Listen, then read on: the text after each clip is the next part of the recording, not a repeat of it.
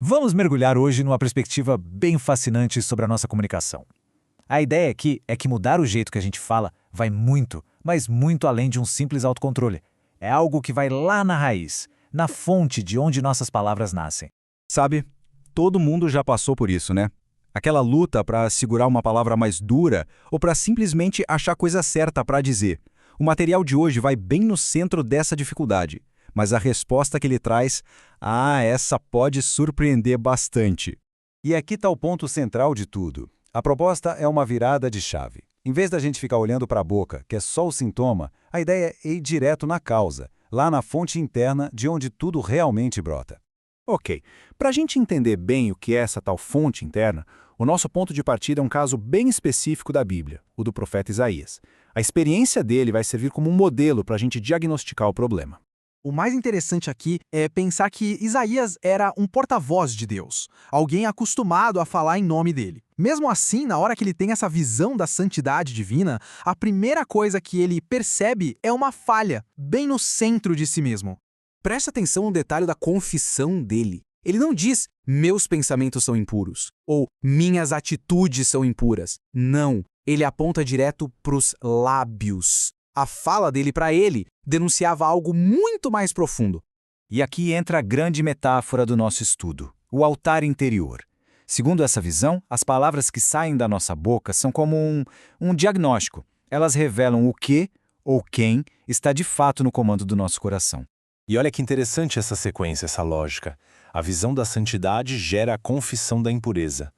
A confissão abre caminho para a purificação. E é só depois de ter a fonte da fala purificada que ele fica pronto para a missão. Faz todo sentido, né?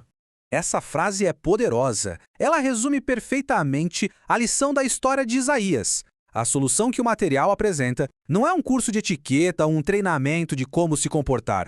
É algo muito mais profundo. É uma limpeza espiritual lá na origem. Certo, a gente saiu do nível individual do profeta e agora vamos ampliar o foco. Vamos olhar para uma narrativa muito maior que traça um arco sobre como a própria linguagem é vista, da confusão até a redenção na história bíblica. Este quadro coloca dois eventos gigantescos lado a lado. De um lado, em Babel, a linguagem vira o motivo da divisão, da confusão. Do outro, em Pentecostes, essa mesma linguagem é redimida, se tornando uma ferramenta de união e proclamação. E o simbolismo aqui é tudo.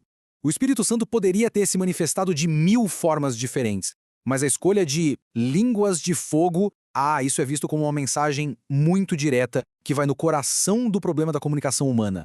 Beleza, história bíblica entendida. Mas e na prática? Como isso tudo se aplica no nosso dia a dia?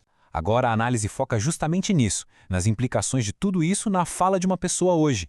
Olha só os resultados práticos de ter essa fonte da fala transformada. Não se trata só de evitar falar o que é ruim, mas de ativamente ter palavras, discursos e até aquelas reações no susto, sabe? Tudo isso alinhado com essa nova natureza. Esse quadro comparativo deixa tudo preto no branco. A grande diferença não está na beleza das palavras, na eloquência. Está na fonte. Uma fala é reativa e contamina o ambiente. A outra é pensada, é criteriosa e gera vida. Essa é uma ideia bem forte, né? A perspectiva aqui é que as palavras têm peso. Elas não são só sons flutuando no ar. Elas ativamente criam, moldam a atmosfera espiritual ao nosso redor. E aqui a gente vê os dois caminhos possíveis. As palavras podem ser como tijolos, construindo vida, esperança, fé, ou podem ser como um veneno, contaminando ambientes e adoecendo relacionamentos. É uma responsabilidade tanto. Agora vamos trazer tudo isso para o nosso cotidiano, porque é aí que o teste acontece de verdade, né? Não é num ambiente controlado, é na vida real, no dia a dia. A mensagem central aqui é essa: o tal altar purificado não fica trancado num templo. Ele é portátil. Ele vai com a gente para tudo quanto é lugar. Ele está lá, na reunião de trabalho, na forma como uma ideia é dita, como um feedback é dado ou como se reage à pressão por resultados. Ele se manifesta na conversa em família, que talvez seja o teste mais difícil de todos. É ali, com quem a gente mais ama, que as nossas guardas baixam e as reações são mais instintivas. E claro, ele entra no campo de provas do século XXI, o grupo de WhatsApp. Com aquela rapidez, aquela impessoalidade, ali, ter a fala purificada é simplesmente vital. E, por fim, ele é testado no cenário de estresse máximo para muita gente, o trânsito. É ali que a gente vê de onde as nossas palavras estão realmente vindo. Então, o ponto-chave é a coerência.